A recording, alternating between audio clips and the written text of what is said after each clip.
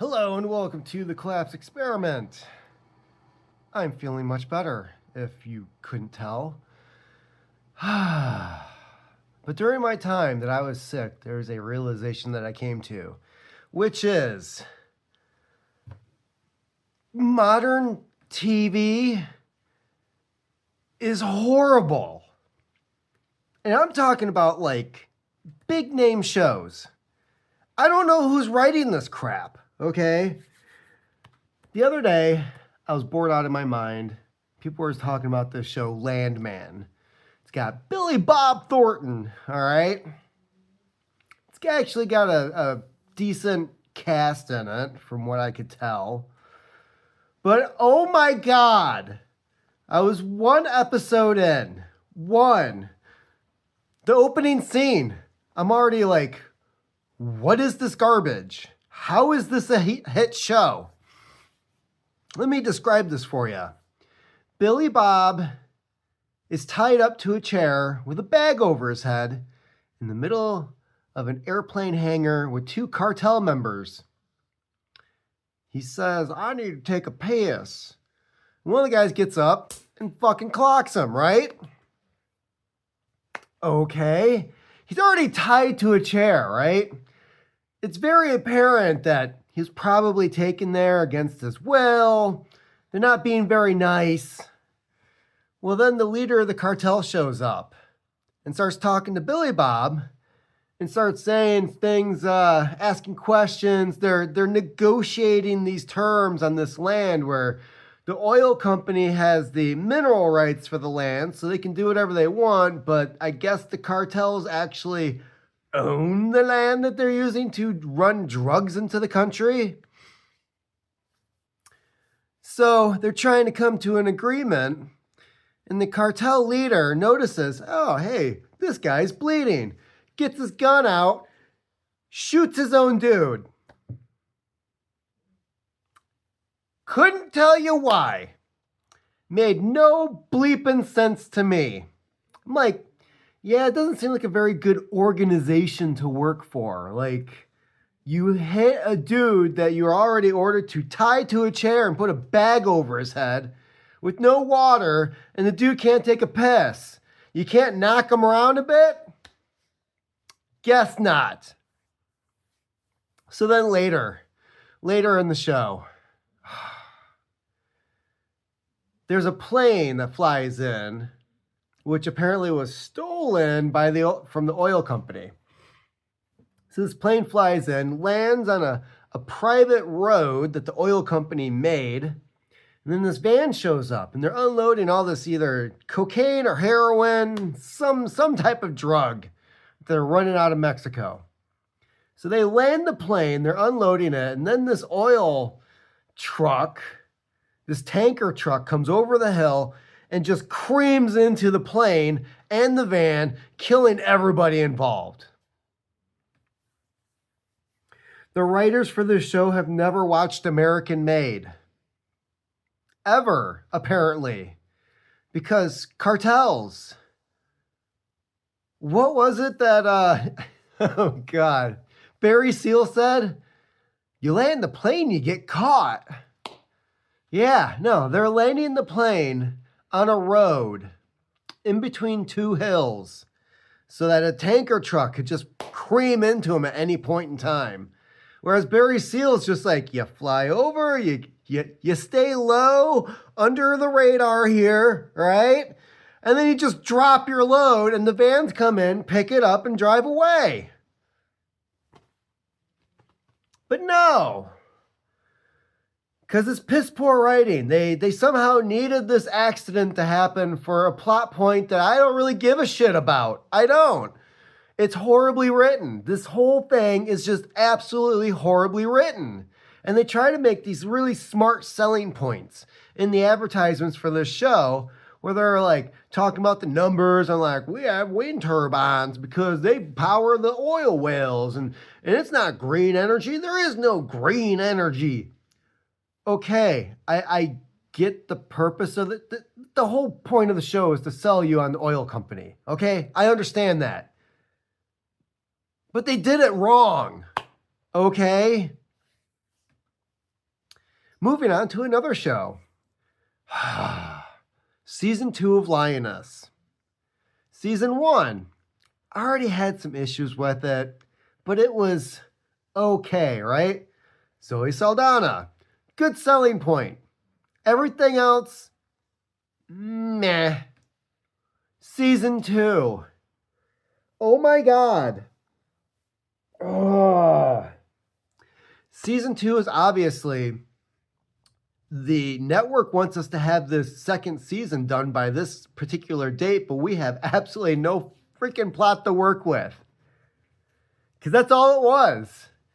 They were like, let's just keep throwing these darts at this chart and see what happens. Nothing good. Okay. Absolutely horrible. Season 2. Every week I'm watching the latest episode and I'm like, I don't think the writers know what's going on. This is garbage. Season 1 had some very distinct problems with the entire plot and story of that goddamn season, which was they never got the backstory straight for the actual Lioness in the show, okay?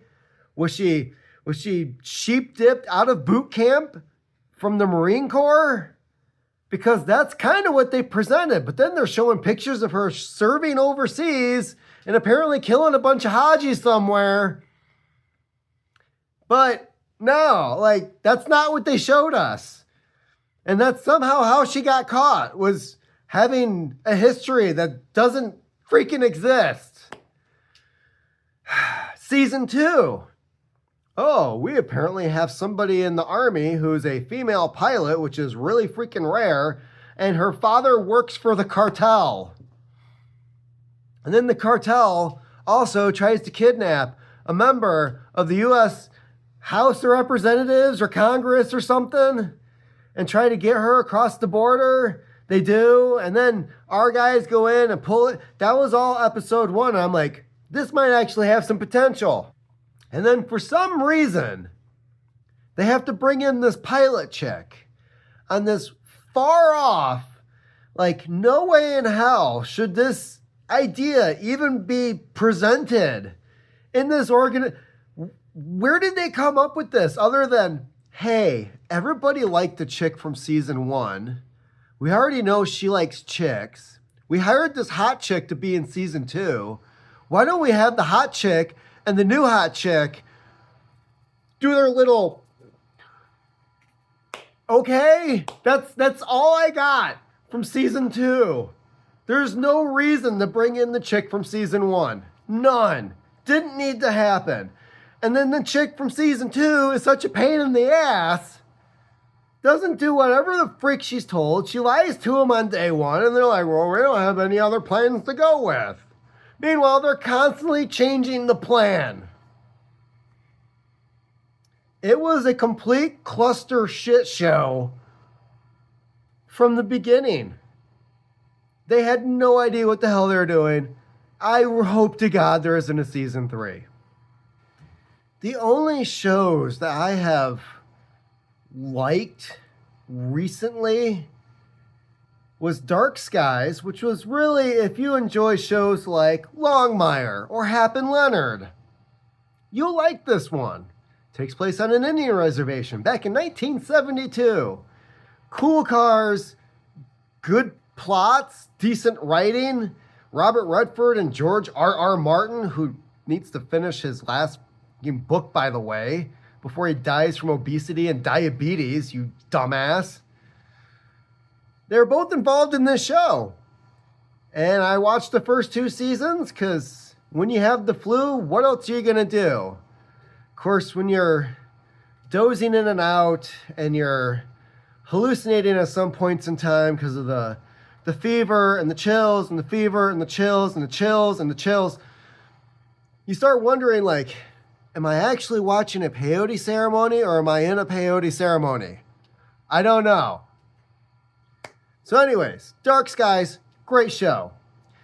The Night Agent. Actually, season 2, not all that bad. I actually don't have complaints. And I think the most appealing part about The Night Agent is that the actors that they picked for this show could be just normal, everyday people you see walking down the street. Like, there's no big names. They actually have to work on the plot. Interesting. And it kind of took me back to watching, like, Homeland. The first 3 seasons. After that, they kind of went downhill, and I stopped watching it. But if you liked Homeland, you probably like The Night Agent. I say all this because I, at one point in time, years ago, actually worked on a TV project that never was created. And if you want to learn more about that, I've got a series on Substack that is currently going called Golden, where I actually talk about working on this project and the things that we did and all the inside scoop and everything, right? And if you don't want to wait for those posts, you can just buy the book on Amazon. Whatever. Shameless plug. Sue me. So, I have some experience in this. And I also know that working on these projects, you're going to be with bumble-headed dorkwads who just get this weird idea, or they're seeing in their heads where they're like, no, we gotta do this. And it's like, why? Why on the pilot episode would you want main female protagonist to be banging main male antagonists? Why? If you're gonna do this, I mean, we have 12 episodes. Why are you not building up some type of tension between these two to where you're leading up to this thing that everybody watching is going to be going, are they going to do the thing? But no. Let's just screw up the pilot episode from the very beginning. So I know how some of this happens, but I'd have to say the difference between the project that I worked on, which was very, very, very, very low budget, and a group of guys in Seattle trying to get this thing together for Netflix, which then they decided was going to go to HBO, which then they decided was going to become a motion picture, and then it was going to become a motion picture that turns into a TV series.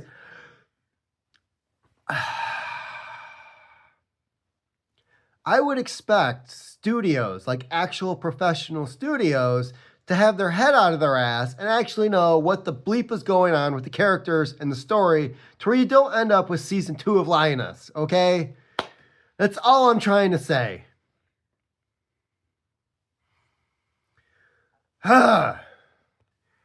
Meanwhile, the only thing I am looking forward to right now is season 3 of Jack Reacher. That's it.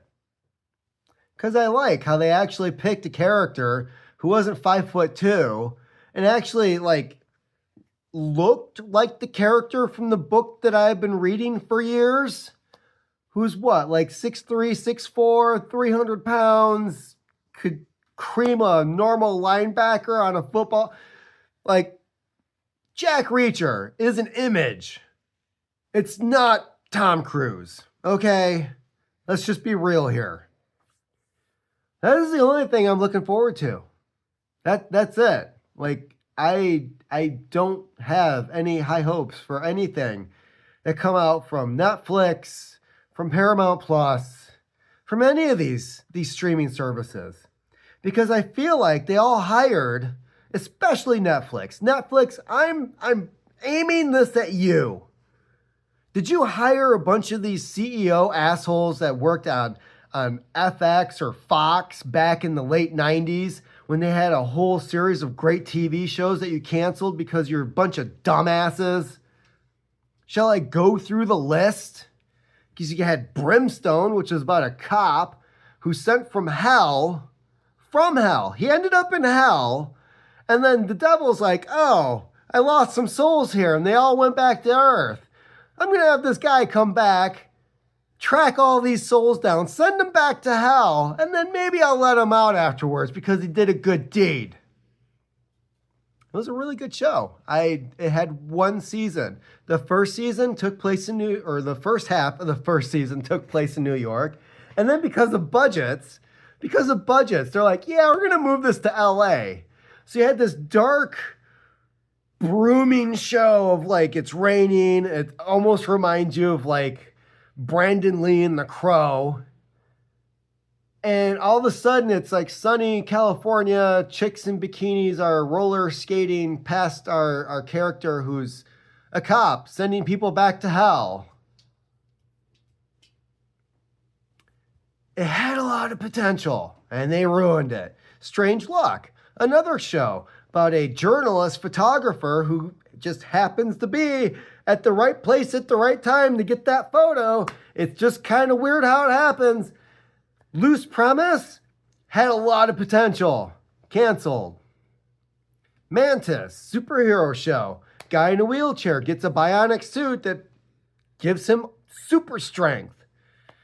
Canceled. Sliders. Canceled. Shall I go on? I am tired of places or servers like Netflix canceling good shows after 1 or 2 seasons because, well, we didn't get the numbers that we were expecting. Have you ever heard of sequels? Perhaps, sometimes. I mean, look at Breaking Bad. It was what, season 3 and it was almost canceled? Slow as shit show. But if you're binge watching it, it wasn't really as slow as you would think it was. But looking back, that show was just slow as hell. It was horrible. I did not like Breaking Bad. I am not afraid to admit it. Come at me, bro. So anyways, that is my rant. That is my anger at television and Hollywood these days. Please, for the love of God, stop hiring all these microdosing morons who don't know what the hell they're doing. Do we need to bring cocaine back to Hollywood? Easy question. Look at the 80s. They did some amazing things back then. And shit got done.